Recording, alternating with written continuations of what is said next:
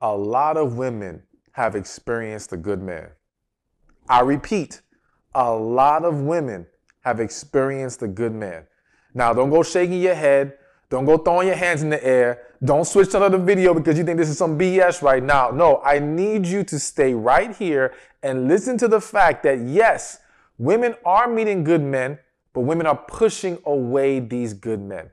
And I don't want you to be that woman. So I'm going to lay out for you the 7 things women do to push away a good man. My name is Stephan Laboussiere, aka Stephan Speaks, back with another relationship and dating advice video for women. As I said, we're going to be talking about the things women do to push away a good man. Now, before we start, as always, be sure to like the video, subscribe to this channel, share this video, and also hit that notification button so that you will be aware when I drop all the latest videos and you can just be right front and center to watch them. So anyways, let's get to the topic at hand. Yes, women pushing away good men. Now, I know there's this belief that there's a rarity in good men out there, or scarcity in good men. And I understand why you may have that perception if you are a woman watching this. But I can tell you, as a coach who has talked to tons of men, has observed many situations, that things are not always what you think or what they seem or what has been told to you. And so a lot of times, believe it or not, there's a false narrative being pushed in some of these situations that make it seem like it was this bad man or another guy being just a man again and messing things up and doing a woman wrong. That wasn't always the case. Sometimes he was genuinely a good man. Sometimes he had genuine good intentions and he truly was trying to love this woman, but for various reasons, she pushed him away. For various reasons, she did not know how to hold on to this relationship. She even self-sabotaged it. Now, there's a lot we could talk about, but I have 7 specific things I want to lay out that you need to be mindful of. So, to get right to it, number 1, being overly independent. Now, hold on, because I know some of y'all are already feeling some kind of way. Because the word independent or independent woman, it hits y'all. Because some of you guys define yourselves as such. And you're asking, well, what in the world is wrong with being independent? Shouldn't that be respected and loved? Listen, plenty of men, I would argue that most men, have no problem or see the value of a woman who is capable of being independent. Any good man, any man with genuine intentions won't take issue with your ability to do so. However, if he's a good man, he wants to love you. And in the desire to love you, he wants to provide, he wants to do things for you. And when you are overly independent, you are cutting off his ability to give you love. You are choking his ability to feel valued in the relationship. Now, for some of you who say, well, why does he need to feel valued? Who doesn't want to feel valued in their relationship? Who doesn't want to feel valued by the person they love and genuinely trying to pour into? Perfect example. Think about yourself as a woman. If you have a kid, maybe you don't, but just picture yourself with a kid if you don't have one. You have this child, you've been pouring into them, you're loving them, and then they get to an age where now they can become self-sufficient. And now whenever you offer to do things for them, nah, ma, I got it. No, I can do it myself. Oh, you stop helping me. It starts to make you feel some kind of way. Not because you're not proud of their ability to do for themselves. Not because you don't like and respect the fact that they have grown into an adult or a little miniature adult who can handle their business in certain ways. But simply because they are not letting you love them in the ways that you're trying to pour love into them. And that makes you feel like, well, dang, where is my value as a mother to them? You know, yes, I want to see them stand on their own 2 feet, but I want them to allow me to do for them in those moments. Well, guess what? That's how we are in relationships. And it doesn't matter if you're a man or a woman. Everyone wants to be able to freely pour into their partner and show love. And when you as an individual are always, I got it, I can do it, I handle it myself, all right? For someone who's trying to actually do it, not the lazy person who's putting all the burden on you, but someone who wants to be there for you, you're undermining the flow of love in that relationship, all right? And you're hindering the ability for the relationship to grow stronger and to learn the key, which is interdependence in a relationship. Relationships do not thrive on independence. They get killed by independence. And that's if the man is being overly independent or the woman being overly independent. You have to have two people who are willing to lean on each other, trust each other, come together, pour into each other, tap into each other's needs. That's what makes a relationship thrive. And the minute you have one or both acting too independently, you will cause problems.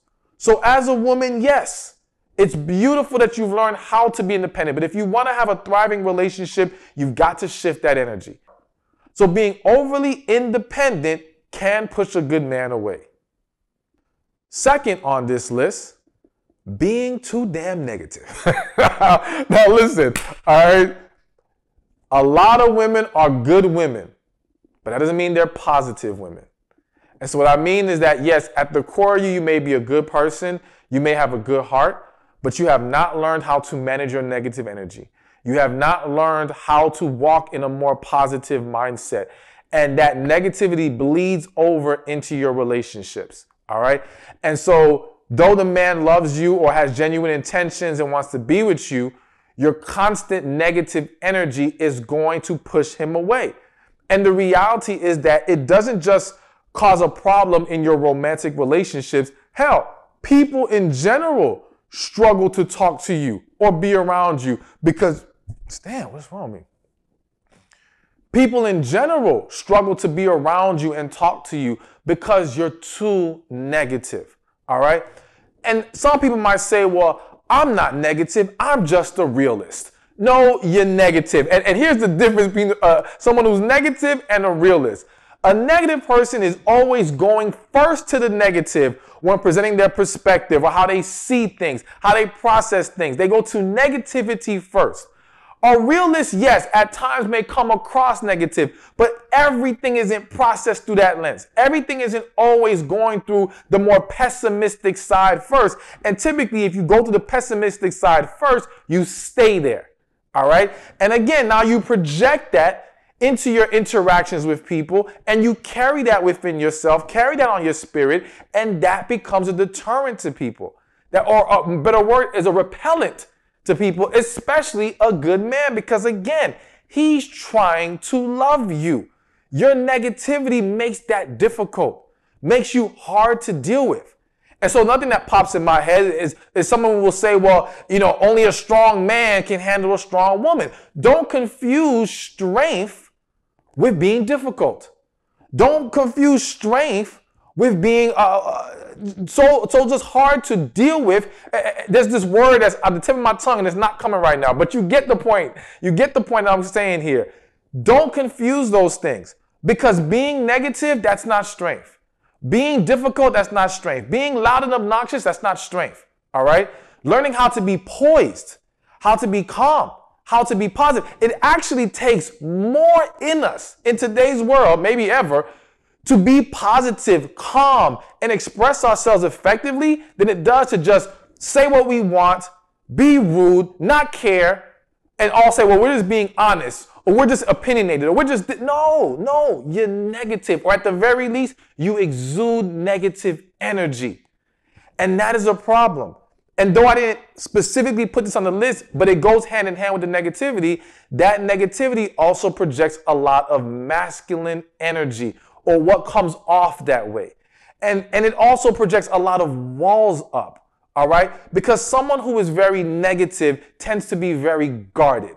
They tend to fear being truly vulnerable. All of this is going to undermine your ability to have a healthy and successful relationship. Now, I know I always say it, things like the femininity and the projection of masculine energy and being vulnerable and having walls up, we got to do other videos on them because I really need you guys to fully grasp what I'm trying to convey here. But ultimately, to wrap up this specific point, negativity is hurting your ability to have a healthy relationship, and it will push a good man away.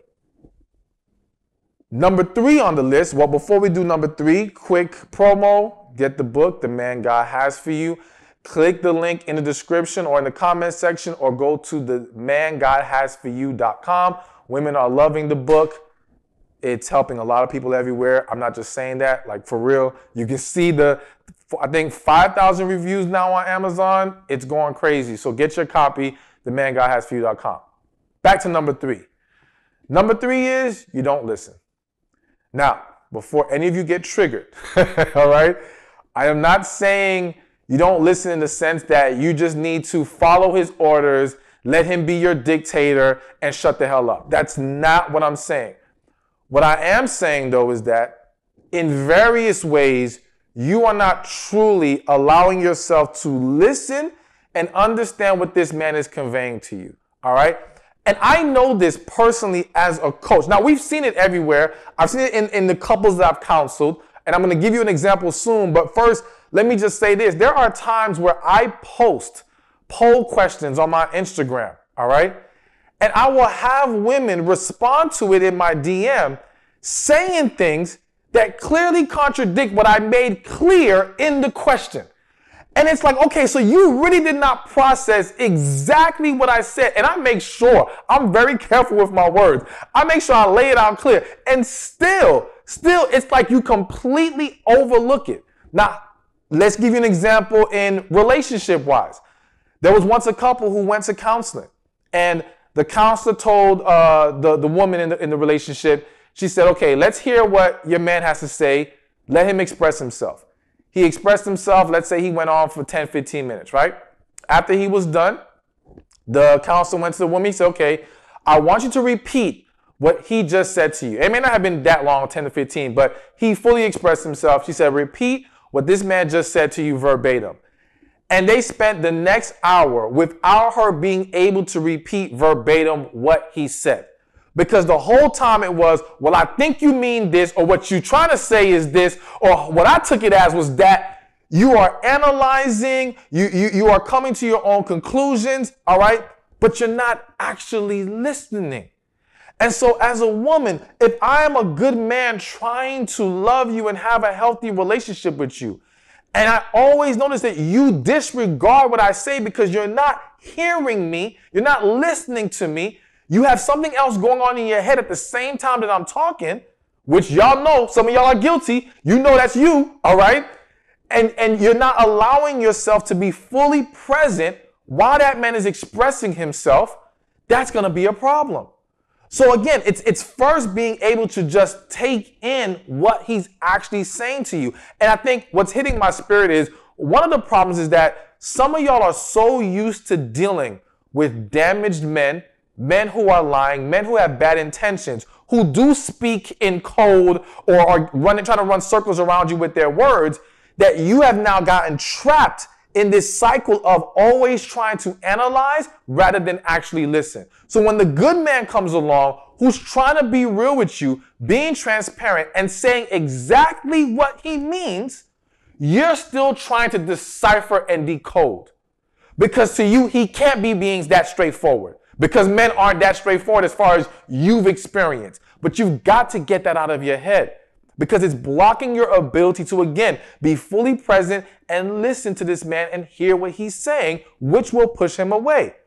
But then, yes, I will add that there is a level of listening as far as taking some direction. Now, again, this doesn't mean that your voice is not valued and should not be heard by this man. It doesn't mean that you have no say-so whatsoever in what goes on in the relationship. But your inability to ever take any direction from a man who's trying to lead in love. See, it's one thing to lead in manipulation, to lead to control you, to lead in selfishness. But this good man, because we're talking about good men, is trying to lead in love and you are still rejecting it. That is going to cause a problem because he's trying to take us or take y'all this way and you're pulling that way. And now conflict. It's an issue. So you got to be mindful of, why am I struggling to even take any direction from this man? Is it because I don't respect him? If you don't respect the man, all right, then why are you with him? Number one. But if it's really not about the fact that he doesn't deserve your respect, but more so that you struggle to trust that a man can even lead you, then you got to address that issue within yourself. You got to make sure you've healed. Some of y'all have grown up seeing your fathers not be leaders or not having your fathers present to where you don't trust men ability to stand firm in what they're supposed to do, take on their responsibilities. There's various reasons why you may struggle to embrace taking any direction. But understand that when he's doing it with love, when he has talked to you, when he has heard you out, you got to show him some ability to trust him. How are we going to have a relationship moving forward if you can't trust? If you can't allow me to lead you in love? And that's the key here. Lead in love. And that's what that good man's trying to do. So your ability to not, or your struggle to not listen and not take any direction whatsoever, and so listening in that way is definitely going to push away a good man. Number 4, and this one, I hesitated to put this on the list, but I have to if we're going to keep it real. Number 4 is sexual neglect. Now listen, number 1, let me first say that I would hope or prefer that we're waiting till marriage to have sex. I'm saying that that's the goal.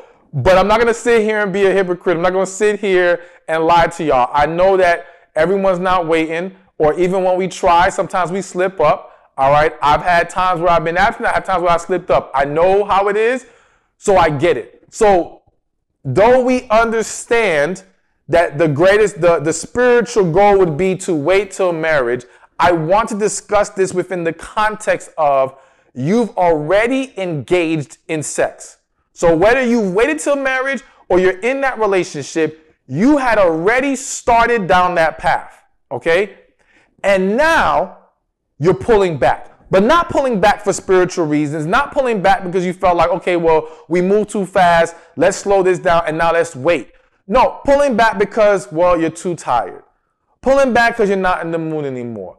Pulling back because whatever is impacting your sexual willingness in this relationship. And so now it turns into neglect, because essentially it's like you're feeding somebody and you're feeding them good, feeding them good, feeding them good. And now you're going to starve them. Now you're like, no more food for you. All right. I don't feel like cooking today. I don't feel like serving you a plate. This is going to be difficult for any person to deal with. And again, if we're honest here, this would be the same issue even if we flipped it. If a man was sexually satisfying a woman, and this is what they agreed upon, you know, they're in a sexual relationship, again, married or not, and then he just stops. And he stops pouring into you in that way, and he starts neglecting you, that's going to cause a problem. But the neglect isn't just the sex itself being pulled off the table. It's one, the confusion of it. What the hell's going on? Why is she unwilling now if she was so willing in the beginning? All right. It's yes, the need not being met is causing a problem. It's also the resentment of why doesn't she care enough to even want to satisfy my needs? You know, there's a lot that plays into it rather than just the fact that y'all two are not laying down in that bed doing the do. So when you start to sexually neglect that man, it's going to push him away. The same way as if he started to emotionally neglect you. And here's the reality. Some people may not want to see sex and emotional fulfillment the same, but they're the same in the sense that if the emotional fulfillment is a priority to the woman, and I'm just using this as an example because it can be flipped, but if the emotional fulfillment is a priority to the woman and the sexual fulfillment is a priority to the man, by either one of them neglecting it, you're neglecting a priority. You're neglecting something that is important to your partner. And especially when you already started them on the path of getting that need met, and now you're taking it away. And this happens so much in marriage where people started off thinking everything was cool sexually, and then they start to get neglected. And now society, unfortunately, makes it seem like, well, how dare you take issue with any kind of sexual neglect? But that's an unreasonable position to take. You can't do that to somebody. Again, it could be sexual, it could be emotional, it could be a man, it could be a woman. You cannot neglect a need, especially a need that you have been fulfilling, and think nothing should be wrong with that. That they should take no issue with that, and that you get to drag your feet and not try to intentionally resolve the issue. Because if you're saying to me, well, I'm not in the mood because of X, Y, Z, understood. Life happens. Things occur. You may be going through some things emotionally that it causes a struggle. And I'm not saying that as a good man, he shouldn't just immediately jump ship. And I would argue that good men don't immediately jump ship. They're trying to work it out. Hell, some stay even if it's, I know tons of situations. People married, the man hasn't had sex in months. All right. The average in other relationships, once a month. All right. Some years, and they're still there. And believe it or not, some of them have not stepped out on their marriage. But the point is, that's not fair. That's not reasonable. And at some point, there's only so much a person can take. And again, we can, and I feel the need to keep flipping this because I want you to really understand this. We can flip this emotionally. A man cannot continuously neglect a woman emotionally and think there will be no problems that will arise from this and think that she should be okay. And he can't simply use the reasoning of, well, I'm just going through something. Okay, understood, but now work to fix it. Work to fix it, but do not expect them to keep accepting the neglect. So to wrap up this point, the bottom line is, yes, sexual neglect can push away the man. And honestly, listen, emotional neglect can too. I know we put a bigger spotlight on sex for men and emotions for women. But again, it can be flipped. And there are some women who have emotionally starved their man. And sometimes, and I'm not validating this, I'm just explaining it. Some infidelity did not start with the man being sexually neglected and then seeking elsewhere to have the needs met. Some of it started with emotional neglect from his woman, someone else pouring into him emotionally, that drawing him to the person, and now it proceeded to sex. Again, not validating it, not making excuses, just explaining. And explaining how when we are not mindful of neglect in our relationships, we can push a good partner away. So now we get to number 5. The number 4 was a doozy, but let's get to number 5, okay? Number 5 way to push a good man away is letting friends and family constantly negatively impact the relationship. All right? Nothing more. Well, let me not say nothing more. But one of the most annoying things is to be a good dude, trying to do your best, putting forth your effort.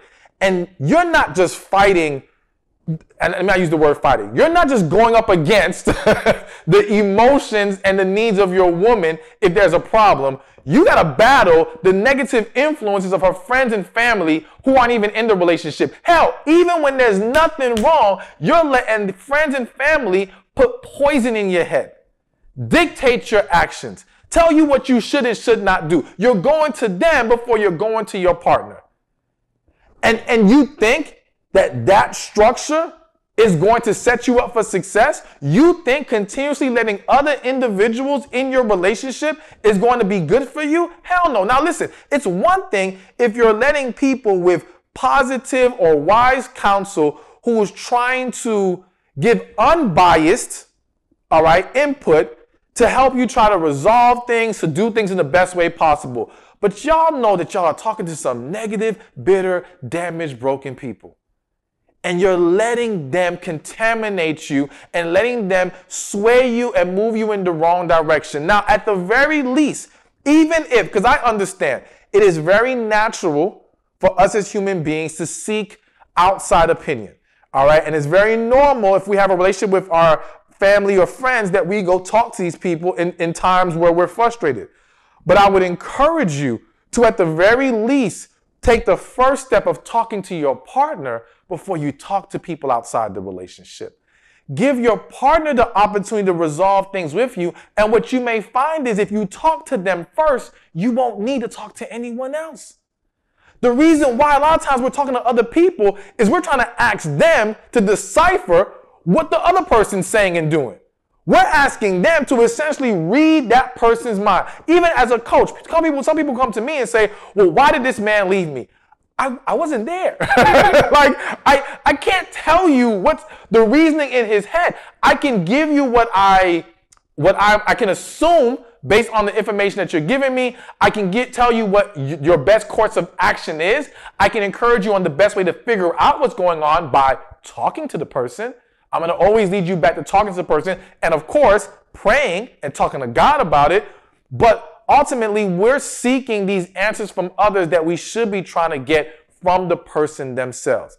And if any of you say, well, I try to talk to him and he's not giving me a straight answer, or I try to talk to him and he don't know how to communicate, well, then number one, he doesn't apply to the good man title in this video, or number two, you're just with the wrong man.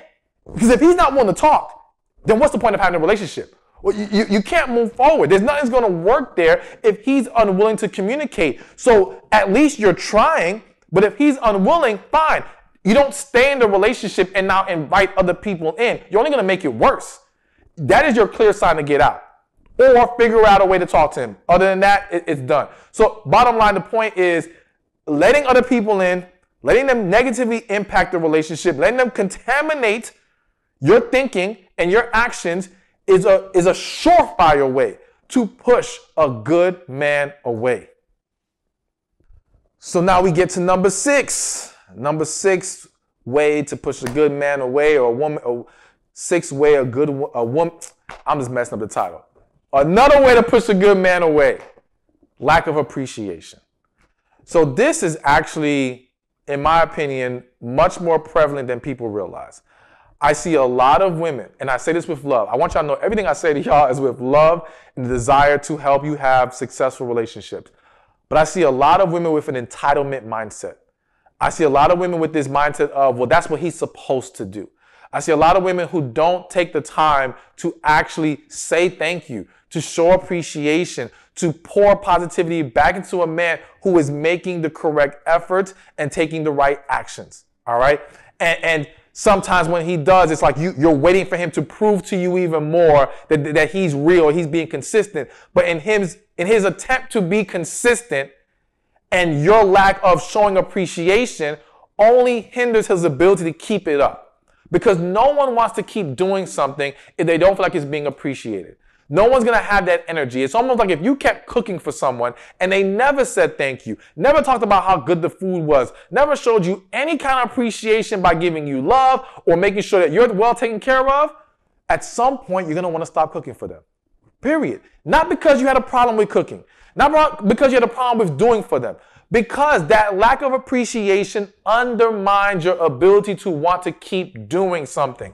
Period. It happens at work. It happens in relationships, whether it be friends, family, lovers. It makes no difference. Appreciation breeds production. When you remove that, you undermine everything. So you got to learn how to show appreciation, how to get out of this mindset of, well, they're supposed to do that. I always say everyone has a choice to do right by you or to do wrong. When they do right, say thank you. Show that you see that their actions, acknowledge what's going on. And what will happen is they're going to want to do it more. And again, when we're talking about specifically a good man or just a good person in general, they're going to be fueled to keep pouring into you, and even more than they have when they see that you actually appreciate what they do. So yes, a lack of appreciation can definitely push a good man away. And now last on the list, and one more time, get your copy, The Man God Has For You. Go to themangodhasforyou.com or click the link in the description or comment section. The last one, another one that I hesitated to put on the list, but my spirit told me, God told me, yo, go ahead, you got to talk about it. Number 7 is letting yourself go. Now listen, I already know some of y'all feel like it's not about what's on the outside, it's about what's on the inside. And I always say, yes, what's on the inside matters most, but let's stop acting like what's on the outside doesn't matter at all. All right? And it's not simply about what's on the outside. It's about what we signed up for, okay? So if a man meets you and he's determined that this is what he likes, your look, your energy, your personality, all of that, okay? And he gets with you. He's getting with you wanting to hold on to what he likes. There's a saying that says, men marry hoping she'll never change, while women marry hoping he will change. All right? And so this man is coming into this hoping you remain the same. Now, we understand there's going to be some changes. We get older, life hits us, so on and so forth. I'm not talking about gracefully aging. I'm talking about letting yourself go. And understand that letting yourself go, it goes beyond just the physical, because yes, even in your attitude and energy, if you started off as this pleasant, peaceful, positive woman, and now you become this hard to deal with, difficult, negative woman, that's going to push that man away. And yes, if you started off looking a certain way, and now you deviate very far from that, that's going to push a good man away. Now, some of you may say, well, if he was a good man, that would not cause a problem. Let me tell you what typically happens. And this happens with men and women, but society has shamed individuals to not be honest about this specific issue. I will say that yes, a lot of good men and good women would stay in the relationship despite the deviation. The problem is you don't get an award for staying if the relationship has now gone downhill. Meaning, now he doesn't want to sleep with her the same way. He's not showing the same level of affection. And again, this happens vice versa, because I've seen plenty of situations where the man has let himself go and the same thing happens. But the level of respect is not the same. The level of treatment is not the same. All right? A lot starts to go out the window because the desire for the partner, the romantic desire, because we have to understand that romantic desire is absolutely attached to physical attraction. If you wanted a relationship without physical attraction, you'd be with your friend. You would be with somebody who you just get along with, but you don't really like them like that as far as physically. But people don't do that, because if we're going to get into a romantic relationship, the caveat or that extra piece that has to be there is physical attraction, not specific looks. Not that they have to look like this, look like that. No, but you have to be attracted to them enough. Whatever comprises of your attraction, because for some people, yes, certain non-physical attributes can contribute to attraction. Absolutely. But whatever it is, attraction has to be there. But we also understand that though non-physical contributes, non-physical and physical can also take away. All right. So getting back to the main point here is that yes, as you deviate too far, and I would argue that there's a line that people have where they understand, okay, well, yeah, there's going to be some changes here and there. But if you go this far over the line, now we got a problem. All right. And this is going to create an unhealthy relationship. Now, again, some of you may say, well, if he's a good man and he loves me, why would it matter? Why would he just not accept me as I am? And then I would argue, if you love him and you're a good woman, why would you not want to look good for him? Why would you not want to maintain what he likes? Now, again, if you're struggling to understand this, let me flip this for you. If you were dealing with a man and initially he took you out, let's say you love dancing, because I remember one client who loved dancing, and when she met her husband initially, he would take her dancing and do all these things that she loved. And then after they got married, a couple months in, no more dancing. Stop. All right? So even though he's not letting himself go physically, his treatment of her has now deviated from what she signed up for, what she enjoyed. And now, how fair is it for him to expect her to just suck it up and be happy? Because if you love me, then going out dancing shouldn't be a big deal. If you love me, you should look past the fact that I'm unwilling to do this anymore. No, if you love them, why wouldn't you want to take her back out dancing? Why wouldn't you want to make that effort? And yes, you may think that's not the same thing physically in treatment. No, the principle is the same. The principle is the same. And we can't make excuses for just, again, we will have some deviation, but people are going so far off the ledge that, and then not wanting to acknowledge the impact it is having on their relationship, not acknowledging the impact it is having on, yes, that good man, especially if he's a good man who's trying to maintain all the things that you loved and liked about him. So I know this is a very touchy topic. I feel like it needs a whole video by itself, to be completely honest with you. I also have another book called How to Get a Man to Cherish You. Don't get triggered by the title. But if you go to my store, StephanSpeakShop.com, you can get it there. which dives deeper into this. Again, I know this might be a hard pill for some of you to swallow, and you may have a hard time processing all this right now. Take a deep breath, pray about it. If anything troubled you in today's video, the sex, the letting yourself go, whatever, the independence, talk to God about it. You ain't got to just take my word. Go to God and find out, is what I'm saying here a bunch of nonsense, or should you really reconsider your position on some of these things if you're having a hard time embracing it and swallowing that pill? I think you may be surprised at what you get in prayer if you take that route. But hey, thank you for watching this video. Be sure to check this one out right here, and I'll see you there. Listen, anybody can have a good moment. Anybody can do a good thing here or say a nice thing there. But love, a man who's serious about you, is going to be a man who strives to be